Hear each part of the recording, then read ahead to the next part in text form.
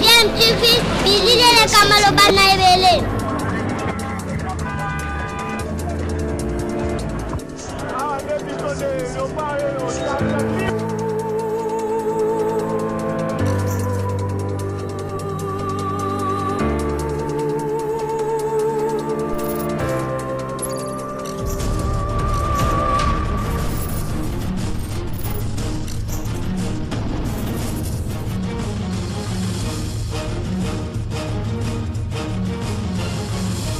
DMTV toujours en avant. balandi ya DMTV mbote nabino esengeza ya biso ya koyeba ke bozali ebele o bozali kolanda chaîne YouTube nabino DMTV où il y a la cabine ba analyse sur ba sujet d'actualité mais bien évidemment tout même la cabine pe actualité information ndenge ezali ba faits sociaux ba réalité ezali koleka na mboka na biso République démocratique du Congo lelo tolingi to échanger nabino sur sujet moko et toucher biso to za na moi coup de cœur là o to ko sala parce que za sujet moko yo et kokipe ko sala moi souci par rapport à ndé makambo tambola na mboka na biso sengeli que les choses changent véritablement mais avant to kota na muzindo ya sujet na biso boyebi que biso to mi pesa devoir ya ko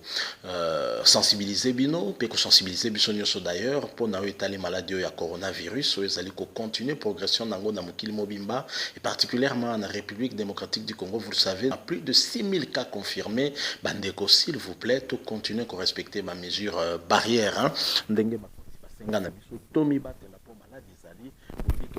prévention ezali seul moyen efficace tozali nango poto koka ko lutter contre maladie oyo ya coronavirus dit Covid-19 en anglais. Alors sujet tolingi to échanger na bino ezali par rapport ya moi kolela ya ba agent ya ANER, Agence nationale de renseignement ndenge moko na bango abengaki de manière anonyme dans l'une des émissions où il est kalakape na mboka na biso à Kinshasa dans une des chaînes eza parmi les plus suivies émission na pe landamaka en tout cas pe bato babengaka ye abengaki pour kakoka kopesa information que na ANER bazali en tout cas ba laisser pour compte République et Bosana bango nde na monaki kezalaki quand même bientôt partager ngo nabino on ne sait jamais parce que peut-être que mokonzi moko akoki pe kolanda ndenge tozobeta lisolo soki alanda ke mission wana te ekoki pe ko apporter ba changement en traitement ya batu parce que d'une manière ou d'une autre population aza victime peut-être na soro baza ko réserver na ba gens wana nde baza vraiment ko sala malamu tala on a proposé bino bolanda ina nu nde na sima tokozonga pour que to analyser moi moké makambo lobby et puis soki coup de gueule et toza nango to tolobakaka parce que il faut qu'à toloba pour makambo changer mboko na biso ezo senga pena makambo belé il doit avoir des changements aussi bien dans le chef de ceux qui nous dirigent mais pe et pas biso moko population sengeli to bongwana mbongwana fezala vraiment pour mboko ekende liboso quand est-ce que nous allons parler développement so ba makambo mike na nous botozo koka ko gérer ngote ko kumbela ngote c'est révoltant je vous propose bolandaye na simatozo zonga je rappelle que vous suivez DMTV ceux qui osana no abonner s'il vous plaît cliquez na bouton s'abonner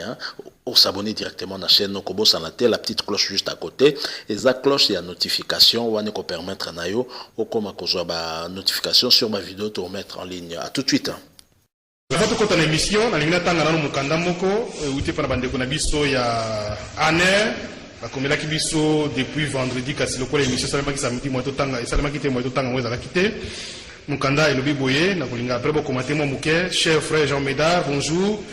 Chaque jour, j'écoute et je suis religieusement votre émission avec vos invités. Ces derniers parlent de l'insécurité, de la corruption, de la dérive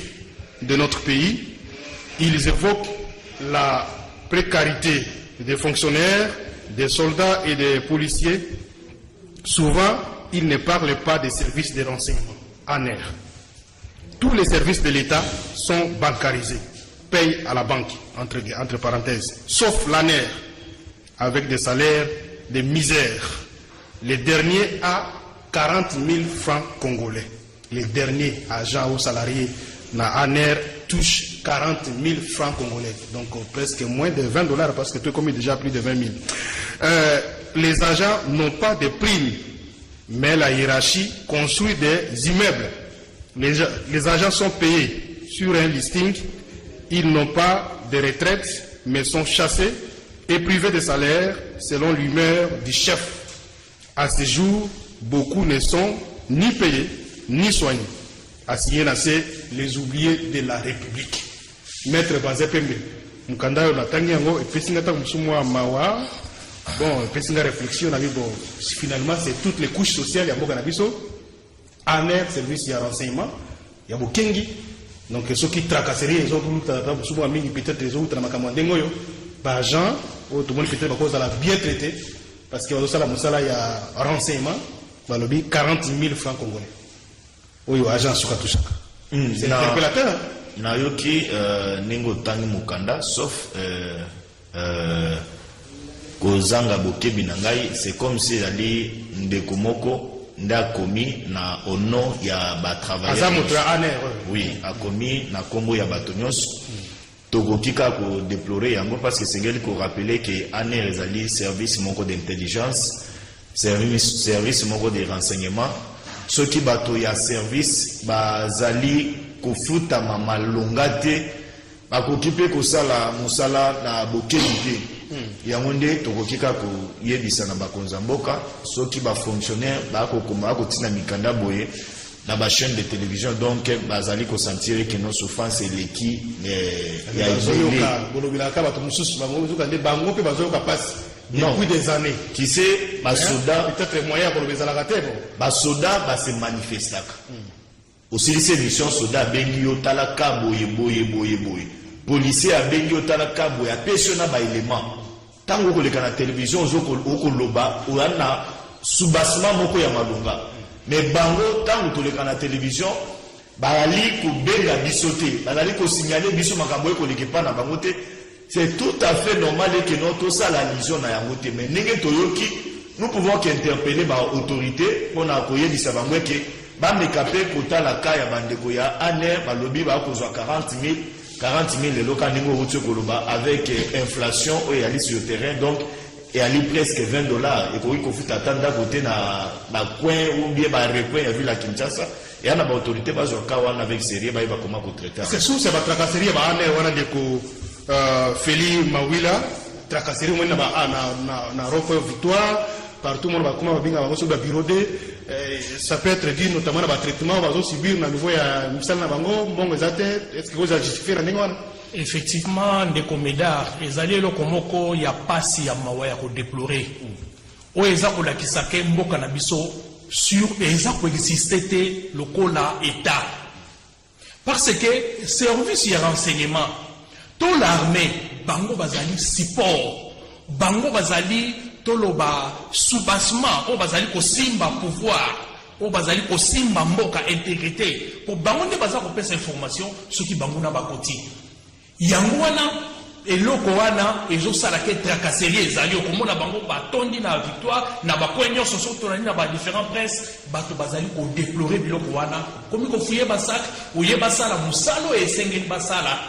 Mais le quoi bazali na makoki tende ki ndeko uti ko dévoiler awa ndenge ndeko ngai uti ko loba lokola basanonsa ka fete nde ya wana likambo ya pasi mais lokola babandi ko s'annoncer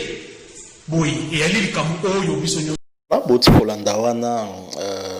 les cambots, bien entendu en introduction, il y a les solos de Tobanda qui ont aucun agent, il y a un air à commis là qui de manière anonyme a commis une émission où il y a Bolandi wana Bokindenga lobby que le dernier d'entre eux a touché à 40 000 francs congolais, 40 000 francs congolais ont représenté le lot $20 et côté Moussou c'est même moins de $20 parce que taux déjà côté Moussou c'est commis déjà 2015, 2010 et donc commis le a déjà moins de $20 paix à lobby que Bango agent ANER baza bancarisé comme tous les autres agents de l'État, y compris militaires, je rappelle les sous policiers et donc Bango baza kokemba bazo souffrir, bénéficiaire na soins médicaux que ceux qui les kambubo bako benganayo comme un malpropre longo pe musala sans que ozo taper moins de comptes na okende ba konti bazo tonga ba immeuble alors que Bango na se bazo so eloko mon côté. Alors l'analyse on a la ko sala parce que je trouve quand même un vrai invraisemblable que Makambo ndeko a lobby et kokakozala ya solo. Si c'est vrai, c'est extrêmement grave et je pense que Esengeli na chef de l'État, notamment to na ba collaborateur na ye ba kokakobwaka lisu koto wana pona koyeba soki Makambo oyo ndeko ya lobby ezali vrai. Bien évidemment, on peut pas confirmer qu'effectivement ça agent et ANR vu que a commis l'être on a de manière anonyme mais et qu'on empêcher te na ba kondi ba enquêter ba yeba soki ezali vrai ou pas. Je pense par exemple le cabinet ya bancarisation za kutu likambo ya koluka kosala ba enquête sur ndenge ni tep que na ba agent l'État et que ba agent surtout baza bancariser te que misusu ba futa makaka na ba listing ndenge de paye ndenge zala ki kala avec ba comptable to yeba ki ba comptable alors comme bato mbongo likolo ya ba efuteli ya lolenge wana. Alors wana je pense que ba kondinde ba kolanda yango notamment gouvernement pour que ba kolandela yango bobi agence ya renseignement d'Otobengi agence nationale des renseignements ANR. C'est un service d'intelligence. Ça dit que maele mboka evanda kande wana bino ko vendre lali na ndako no yebi likambote mais bangonde bazana pona ko récolter ba renseignement nyo surtout ko yeba même tendance ya mboka ndenge zotambola pona ko yeba tamsu mobulu ko kiko bimato bitumba moko ko kokotela biso boeto bitumbe kotela biso za batu ba uti wapi bangonde sengeli basala musala évidemment na batu ya renseignement militaire pe. Alors soki batu ya lolenge wana bazali na ba condition moko ya malamu te, la conséquence c'est quoi? La conséquence ezali ba bureau de biso to benga kawana ba bureau de to benga bango bango wana ba agent ya renseignement automona ka bango éparpillé na ville ya Kinshasa surtout na Victoire Komekate ba mona yo na moi saki boye na kidi baka ko mona deux personnes ba bimelo liboso monsieur présentez-vous et puis comme ba menace to même na bureau to boye toujours mona au suspect ba blo mo comme le kaba créer lo ba problème sans compter que kaka ba bureau de wana lisusu ko déranger ba chauffeur ou bazali ko sala transport na ndenge ya mokete. Et bien surtout lundi ba salaire lokolo ya lobby 40 000 francs. J'ai vraiment du mal à croire na ba salaire au ndenge ya lobby mais c'est extrêmement grave. Alors là ça justifie comportement la bango sur le terrain. Déjà agent en renseignement ça mutu sengeli batu ba yebate ba identifier que mutu azaka mutu renseignement. Pour mutu renseignement sengeli azala discret. Et sengeli te batu ba koka koyeba ya za ko récolter ba renseignement na calmement aller akei ko sa musala sans que batu ba yeba que mutu azaka agent en renseignement mais biso on a terrain au moins surtout ba chauffeur ba yeba ka bango déjà bien wana ba bureau de na dévier à dévier ezala même ba wewa ba yeba ka bango déjà ezali mawa na ba montant boy dans l'entretemps moko na biso ngo kaka boy to landaki honorable Jeannette Kabila Ouazali présidente ya commission défense et sécurité koloba na bureau ya assemblée nationale évidemment au terme ya musalo basalaki na kati ya commission wana kolela ko plaider pour na social ya ba militaire notamment ou atalisaki na biso par exemple qu'un général touchait moins de 300 000 francs congolais. Mais la question où tous allez commis poser, comment un général qui touche moins de 300 000 congolais peut avoir des immeubles? C'est une question que nous nous posons. Je pense que problématique, il y a lutte contre la corruption. Même Natango Joseph Kabila qui est un conseil spécial par rapport à Likambo Wana ou le Zolo Bambi Alobaki Nabiso que 15 milliards y échappaka na trésor public chaque année ou Kendaka Nama Benga Batu Nandenge à corruption. Je crois que et ça la même na mikondi armée tu as service à sécurité c'est le cas. Comment qu'on justifie enrichissement au Batu Bazomo Nango pas na yo wana que ozana villa moko ya danger et zape ya yo ozana ngo pe belé ozali na ba activité belé au côté mbongo et quand on sait tu que militaire congolais ko sala commerce te ba autoriser yango ta ko sala mbongo ba ko bata ma peut-être madame Ndasali waleza ba makame nous savons comment les choses marchent tu que tel bien et appartenant à général tel et yebana nango za bloco ya ko bombate mais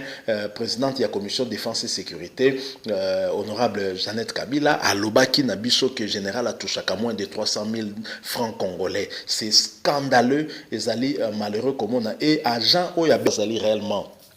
agent il y a service il y a renseignement à lobby que ba kondina bango bazotonga ba immeuble pendant que bango bazali kokemba. Je pense qu'il est temps na chef de l'état ou azali quand même entamer avec ba mise en place ozo sala que ce soit na magistrature et na armée to monika zo pousse na moke na ko bongo la moi moke